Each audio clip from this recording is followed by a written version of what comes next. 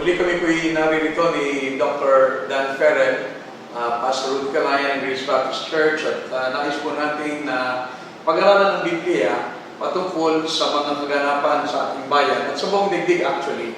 So we'd like to talk about in this program what the Bible has to say about all of this virus going around and economic collapse. And so ang pinakamagandang gawin sa mga katanungan nito ay bumalik sa salita ng Diyos so that we can be educated by God about all of this that's been going on.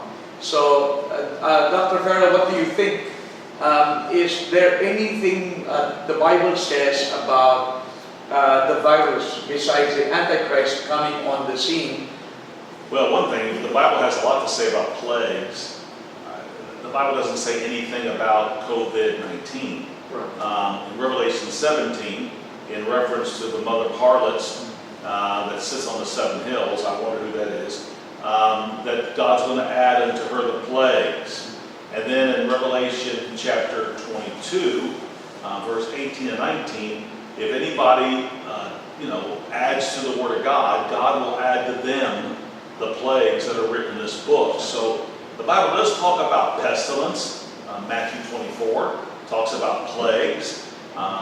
Remember when the Israelites were in Egypt, God said, I will not give you any of the plagues that I put upon the Egyptians. Just make sure you obey me and do what's right. And so that's why the Lord gave the Israelites dietary laws. There's certain foods that you should not eat. Right. And God told them to clean their hands with running water. Right. A lot of folks didn't understand that.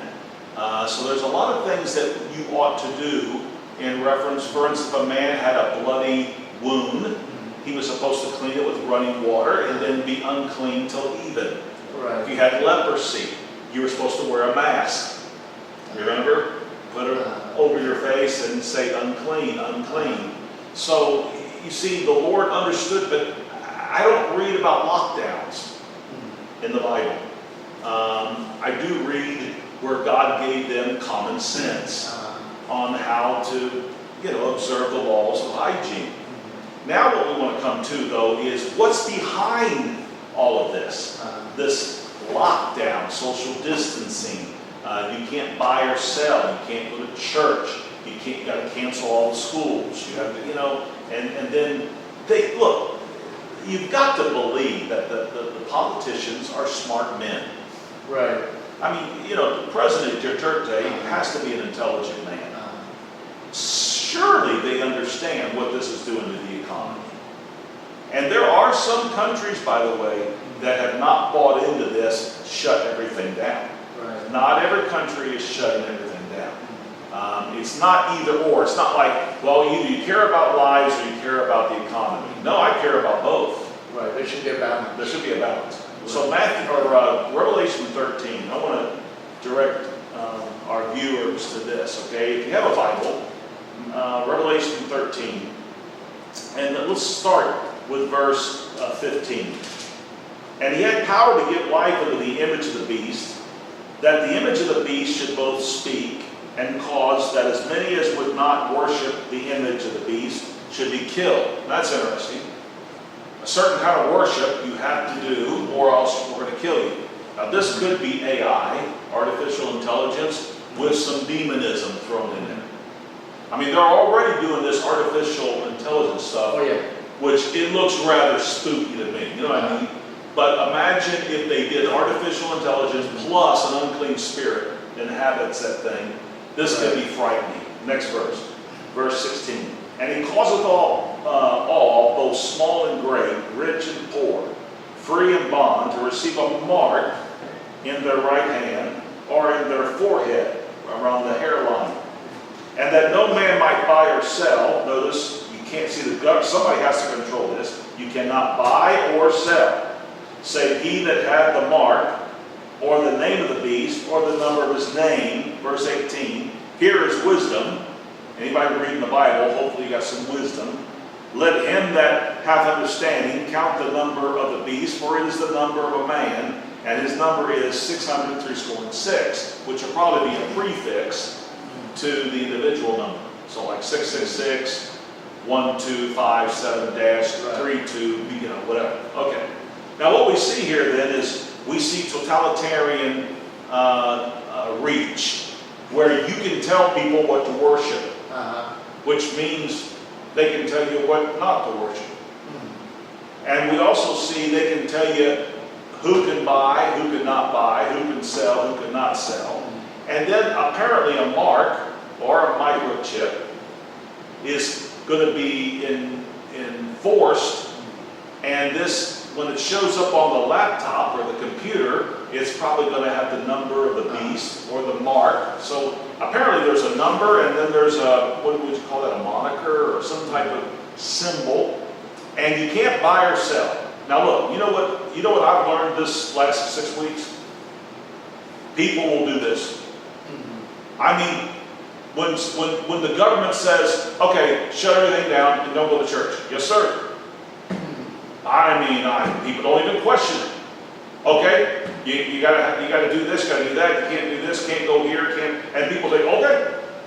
So why should we think that people will not comply and surrender everything to this mark of the beast? Now, the coronavirus is not the mark of the beast. We're not saying that. We're not being alarmist.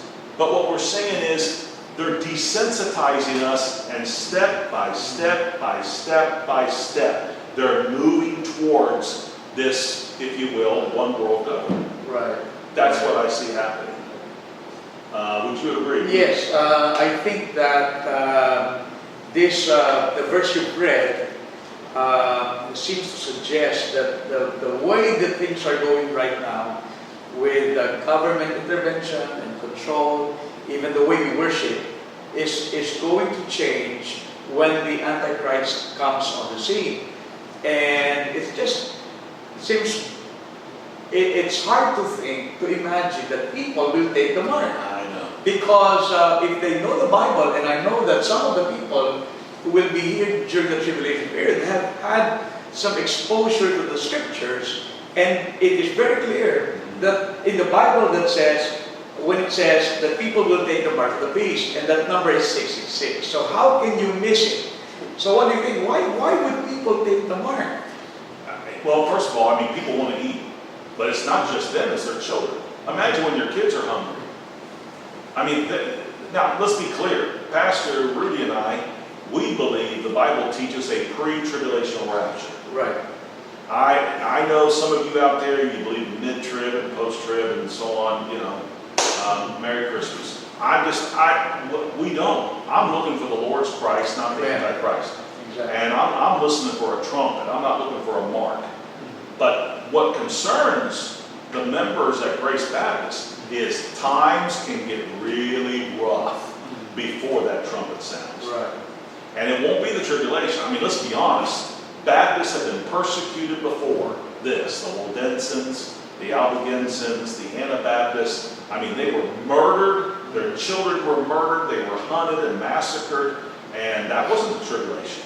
Right. And Christians have been killed in Russia Right. and China.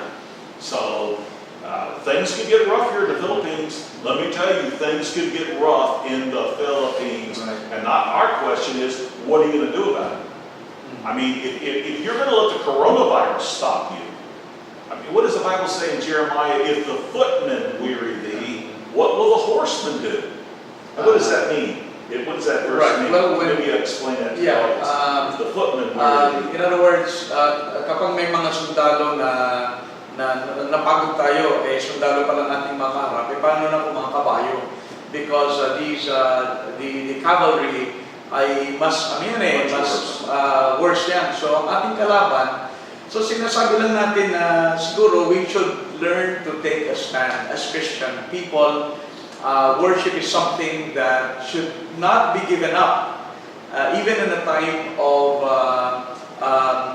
health crisis like the coronavirus. And tama si Pastor, dapat manindigan tayo, matuto tayo na tumayo, ipaglaban ng pananampalataya.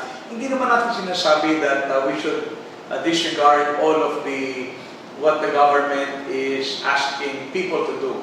But we're just saying that we need to make sure that if we want to worship, huwag tayong mag-atubili na magsimba, mag-ingat lang tayo so that we don't get sick.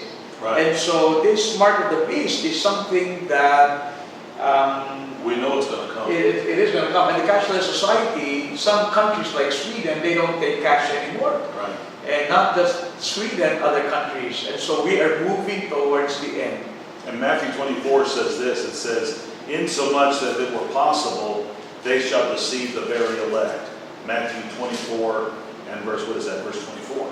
Yes, and the So- elect is in reference to? Yeah, the saved people during the tribulation. Now see, we're not saying that after the rapture there'll be no Christians. There'll be people getting saved during the tribulation. But up to the rapture, all who are saved will be raptured out of here. So therefore, those of you that are not saved, okay, let's say right now you're not saved. You're watching this program because you thought, well, here's an ugly American. Let's see what this American has to say.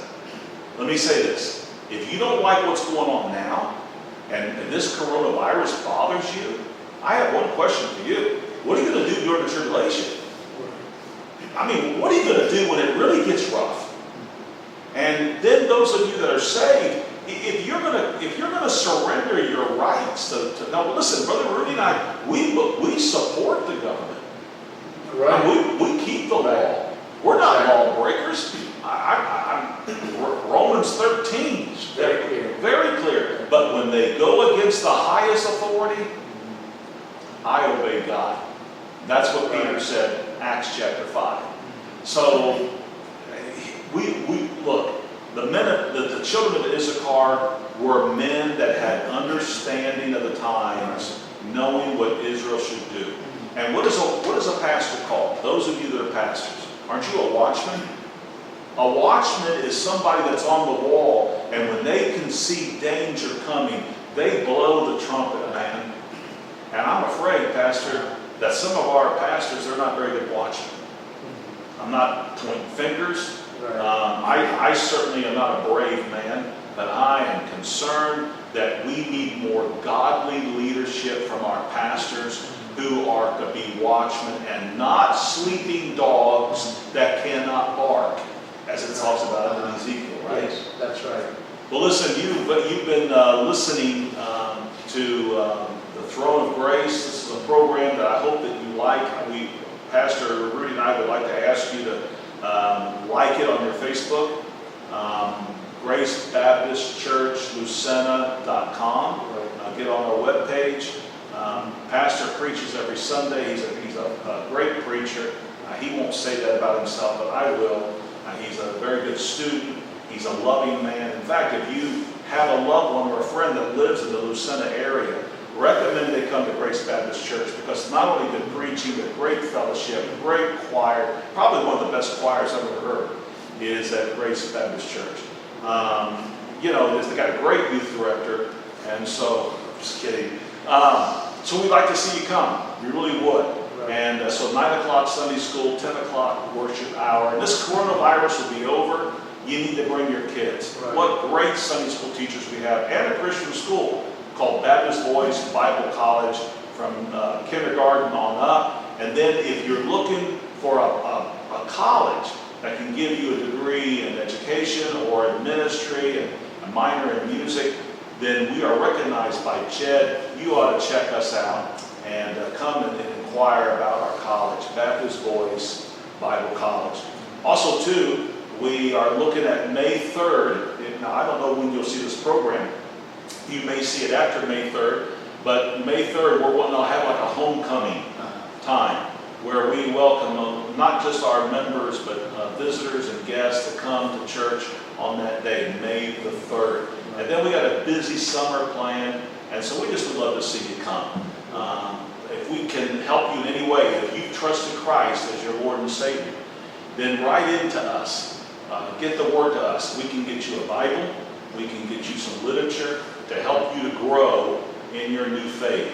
If you're a Christian who you don't like the church you're going to, it's not a church of like faith, and you're looking for a Baptist church, I know a good church for you, Grace Baptist Church. You've been listening to Throne of Grace. Until next time, I'm Dan Farrell. Rudy Calayan. We'll see you. God bless you. Bye-bye.